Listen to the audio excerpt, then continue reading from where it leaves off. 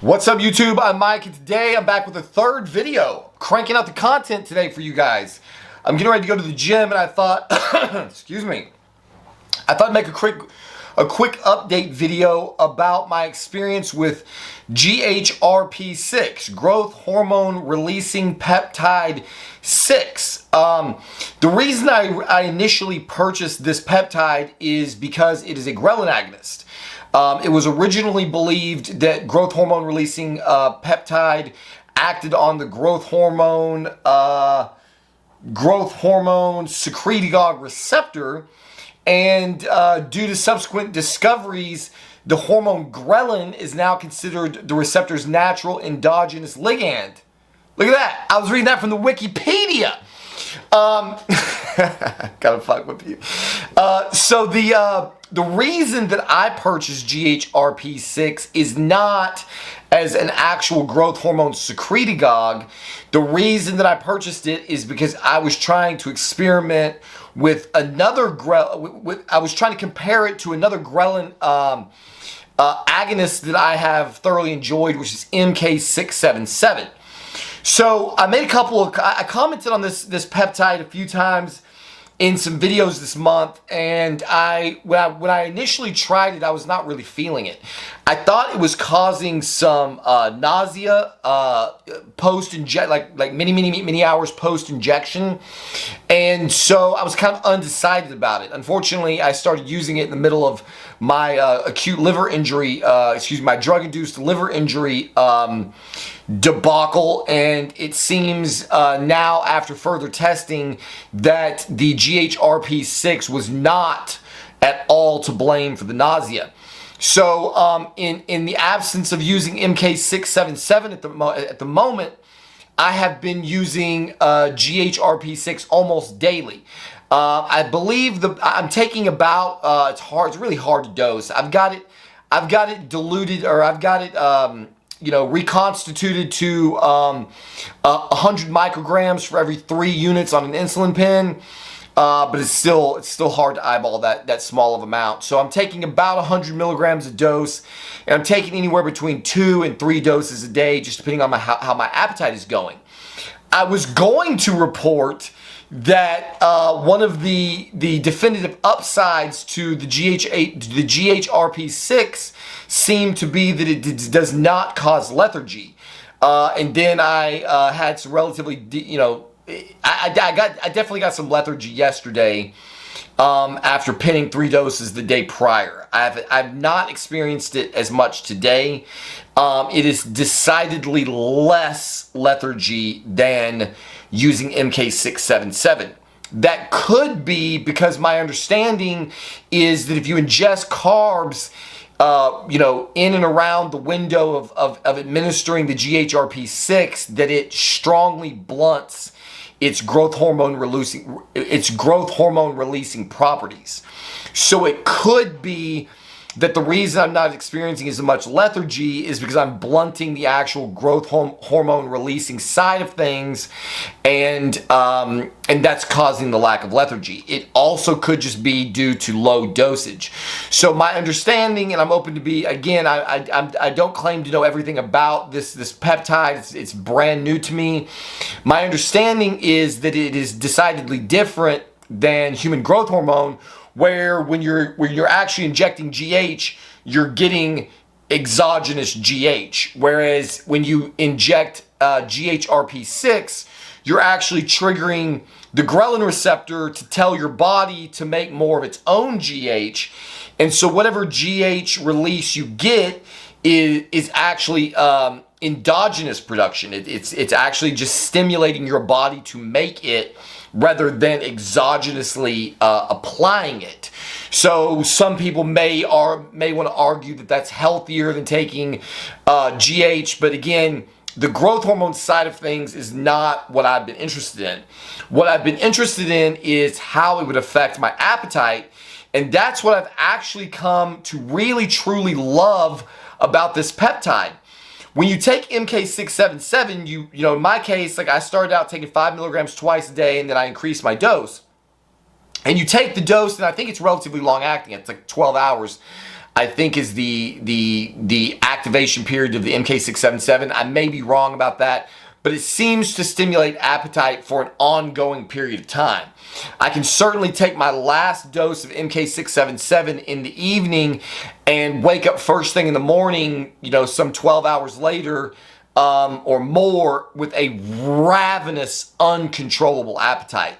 One of the most negative side effects for me of the MK677, besides the lethargy, was that sometimes it would make me just ravenously hungry when I didn't want to be. It would interrupt my sleep, basically. Like, I would wake up earlier, I hadn't gotten a full night's rest yet, and I would wake up so fucking hungry that I could not go back to bed until I got up and made something substantial to eat, which is really annoying when you're trying to get a good night's rest.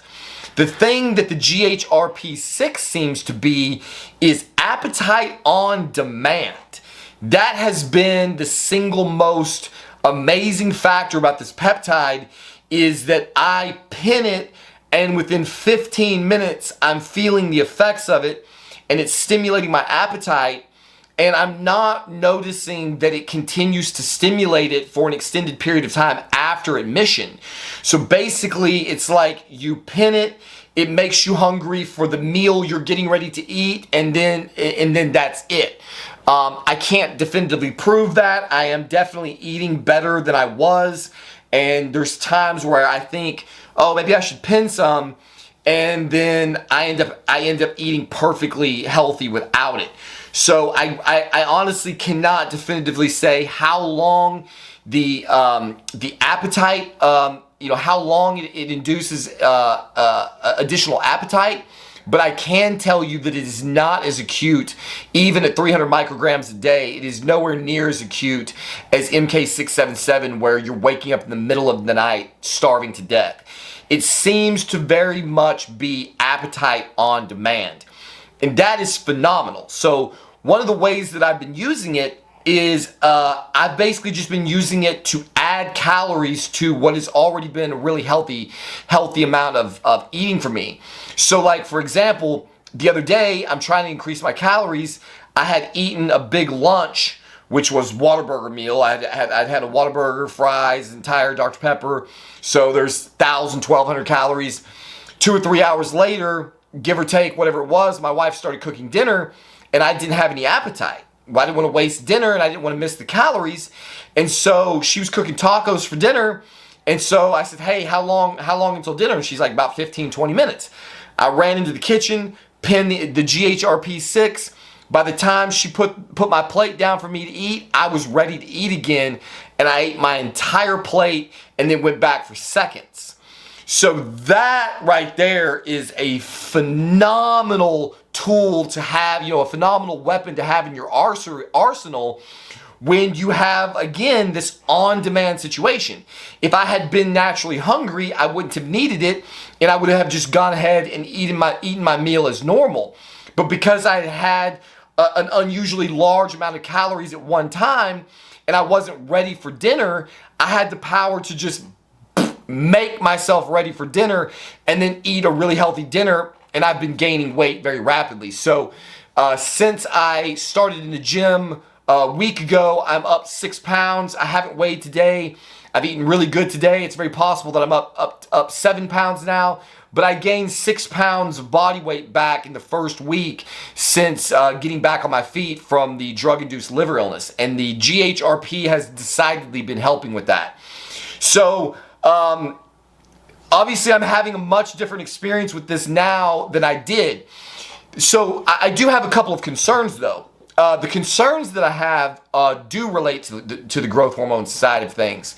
Because I don't know how much growth hormone I'm getting, because I'm eating in and around the dosing protocol, I'm concerned about having growth hormone kind of all over the place. I always try to steer clear of that in anything that I'm taking. So one of the advantages to the MK677 is it's got a known bioavailability, it's got a known release rate, and so if I'm taking it, say, every 12 hours, I'm going to have relatively stable amounts, or at least consistent amounts, of growth hormone release in my body.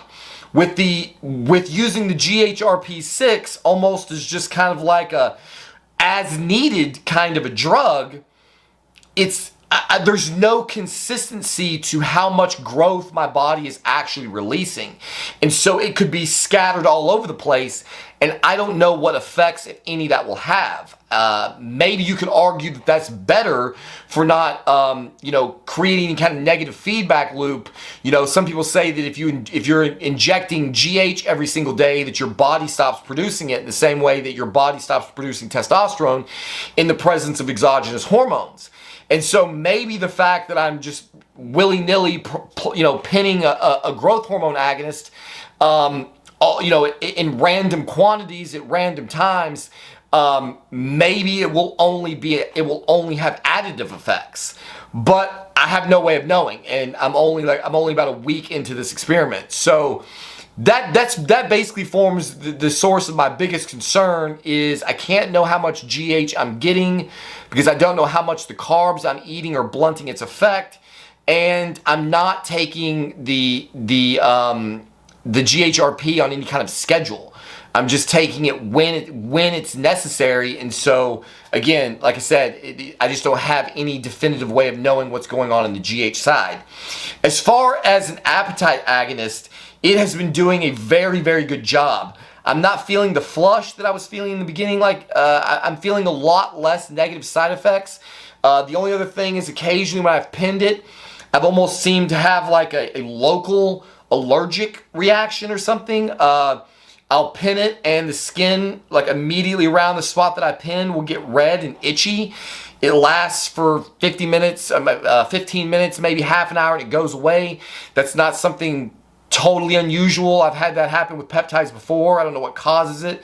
Maybe nicking a capillary. I don't know what it is. But sometimes the area will just turn red and be itchy. Aside from that, I've had very limited lethargy from it. I did last night. Suddenly start feeling a little tired before dinner and just fell asleep in bed. My wife came and got me before dinner, and I think I actually pinned some more GHRP and then ate dinner. So the lethargy has been decidedly less. I'm experiencing no negative side effects like headache, nausea, basically anything. The appetite that it provides is immediate and on demand, and it has not been something that was uncontrollable. It's not making me ravenously hungry to the point where I would be massively overeating. Unfortunately, I've not been checking my blood sugar. I don't think it's supposed to affect it, but it might. I've never had blood sugar problems at all with any of with MK, with GH. My blood sugar is always, I have the opposite problem. I have low blood sugar. So these drugs, if they're increasing my resting blood sugar rate, it only seems to be helping to offset my natural blood sugar crashes. I've not had any kind of diabetic type situations going on at all. So again, this is very early on in the testing, but right now I don't really have anything but positive things to say about it. So if you are looking for a growth hormone agonist that you don't have to really worry about it getting out of control and causing you to eat a lot of food or to gain a lot of weight, definitely consider giving GHRP6 a try. Obviously, this is not medical advice. Don't break any laws. I suspect this is something that my wife may employ at some point because of the fact that, again, you don't have to worry about overeating. You can decide if and when you need it. So if you're having a bad day and you're struggling to get your calories in, whatever's going on, maybe you're feeling moody or emotional, maybe there could be a lot of factors where your natural appetite is just not getting it done and you just need that little boost of help. And then bang, 100 micrograms of GHRP6, wait 15-20 minutes, and you'll be ready to eat what so far has been a relative, very healthy portion, and then go about your day with little to no side effects. So there you have it. As always, thank you for watching this video, and we'll see you on the next one.